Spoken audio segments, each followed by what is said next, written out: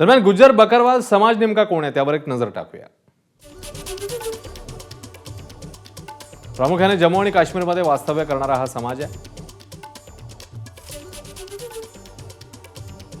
शेळ्या मेंढ्या पाळणारा समाज म्हणूनही त्याची ओळख आहे। हे लोक सातत्याने या परिसरात भ्रमंती करत असतात। भौगोलिक, हवामान विषयक आणि वनस्पती शास्त्राची त्यांना उत्तम जाण असते।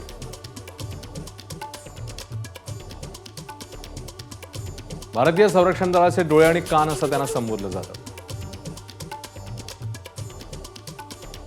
काश्मीर सारख्या आव्हानात्मक भूभागाची त्यांना सखोल माहिती आहे।